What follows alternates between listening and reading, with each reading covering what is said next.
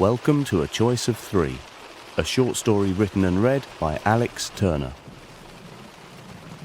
In the tunnel I noticed I had a choice of three.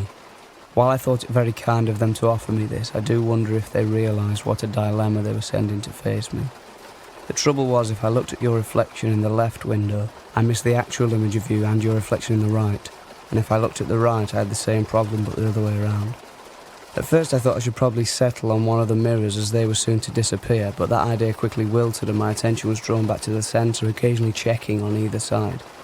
I must say I did question the authenticity of your nap a few minutes before. As the train left Loughborough I suspected it could have been a device to avoid conversation.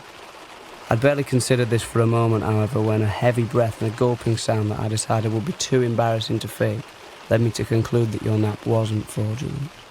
I found it difficult to concentrate on anything else as you slumped beneath your coat.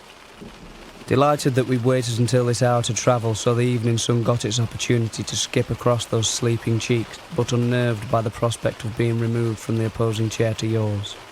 I knew it was reserved, but hoped that whoever had reserved it had fallen over. It looked as if today I'd be safe. The train wasn't too busy, but I did take a moment to recall the time when I was less fortunate. I remembered it with a chilling vividity. We were on the way to Brighton. I knew it was going to be his seat as soon as I saw him on the platform, unzipping, checking, zipping and rechecking things. Something about his face suggested that he had for years had a moustache and had not long since removed it. He wasn't going to think twice about disposing of me, especially considering then he'd get the chance to sit with you. Though his hiking boot march through the carriage was rather revolting, it wasn't this that made my hands tense up into sour claws of nausea. It was the way he said it. "You're in my seat." No excuse me, no polite uncertainty, just the rigid, hideous fact. The thud with which it landed expelled all my preparation. Before I remembered my plans to pretend to be asleep, deaf, French, or only sat there because someone was in my seat, I was walking to find another vacancy. I ended up dwelling unhappily beside a girl with a boy's bum.